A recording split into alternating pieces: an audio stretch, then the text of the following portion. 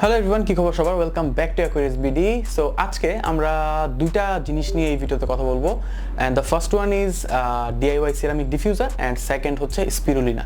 তো যারা দেখতে চান, স্টে টিউনড।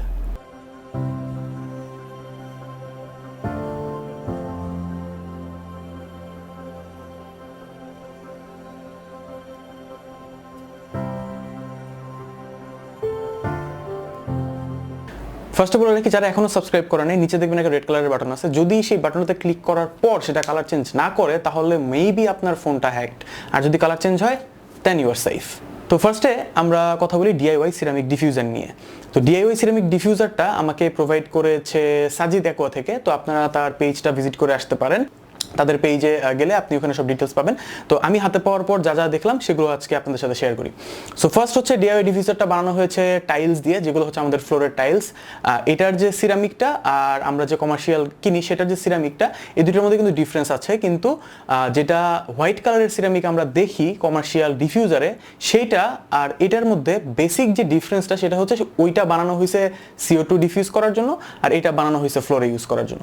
তো কাহিনী হচ্ছে যখন এটাকে খুব পলিশ করার পর পাতলা করে আমরা ডিফিউজার হিসেবে ইউজ করি, তখন যেটা হয় সাদা কালারের যে সিরামিক প্লেটটা ওইটার চাইতে এটা একটু রাগেড হয় বেশি, মানে একটু শক্ত বেশি, আর এইটা CO2টাকে আরও পাতলা করে দেয়।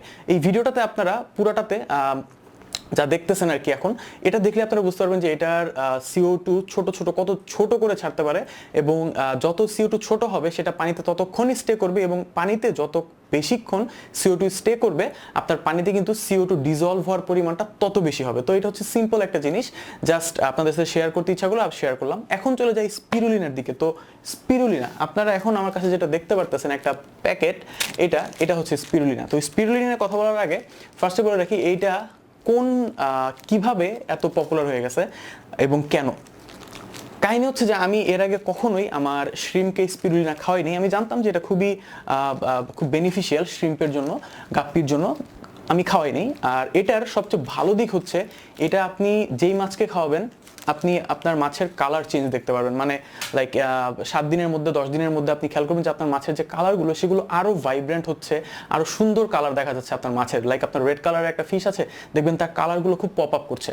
তো শ্রিম্পের ক্ষেত্রে আমি সেম জিনিসটা দেখেছি। আমার শ্রিম্পগুলোর কোয়ালিটি অতটা ভালো ছিল না, কিন্তু এটা খাওয়ানোর ঠিক 7 থেকে 8 দিন পরে আমি খেয়াল করতেছি যে আমার শ্রিম্পের কালার টোটালি চেঞ্জ, মানে একদম ভাইব্রেন্ট রেড কালার আসছে। যদিও আমারটা কিন্তু একদম খুব ভালো কোয়ালিটির চেরি রেড শ্রিম্প না। সো স্পিরুলিনার যদি টেকনিক্যাল অথবা বায়োলজিক্যাল বিষয়গুলো বলতে চাই, তাহলে বলতে হবে যে এইটা এক টাইপের শ্যাওলা, যেটা হচ্ছে লবণ পানিতে হয়, নোনা পানিতে হয়। এটা কিন্তু বাসার ছাদে অথবা ড্রামেও করা সম্ভব, কিন্তু সল্ট ওয়াটার লাগবে, এবং এটার আলাদা একটা প্রসেস আছে। খুব লম্বা ভিডিও হয়ে যাবে যদি আমি বলতে চাই। তো জাস্ট সিম্পল ছোটোখাটো আইডিয়া দেওয়ার জন্য আসলে ভিডিওটা করতে বসা আজকে, যে স্পিরুলিনা যদি আরেকটা জিনিস, অনেক ফিশ ফুডে কিন্তু স্পিরুলিনা অলরেডি দেওয়া থাকে, ইনক্লুডেড থাকে। সো ওই ফিশ ফুড যদি আপনি খাইয়ে থাকেন তাহলে আপনি জানেন যে এটা বেনিফিট কী কী। আর এটার ডিরেক্ট যদি ট্যাবলেট কেনেন আপনি, তাহলে তো এটার বেনিফিট কিভাবে কি না এসব বুঝতে পারবেন।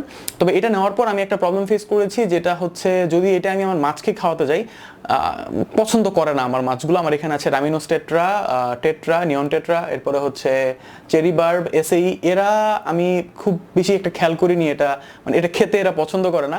বাট একটা ট্যাবলেট 2-3 টুকরা করে দেওয়ার পর আমি আর ওটা খুঁজে পাই না পরের দিন, মানে যত শ্রিম্প আছে সবগুলো খেয়ে শেষ করে ফেলে।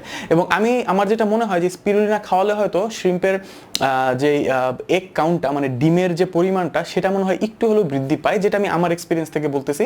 আমি আসলে শিওর না, আমার চারো এক্সপার্ট আছে যারা শ্রিম্প ব্রিডিং করেন, তারা যদি ভিডিও দেখেন তাহলে কমেন্ট করতে পারেন, আমি কমেন্টটা পিন করে দিব যেন সবাই পড়তে পারে। তো এই ছিল আসলে আজকের ভিডিও।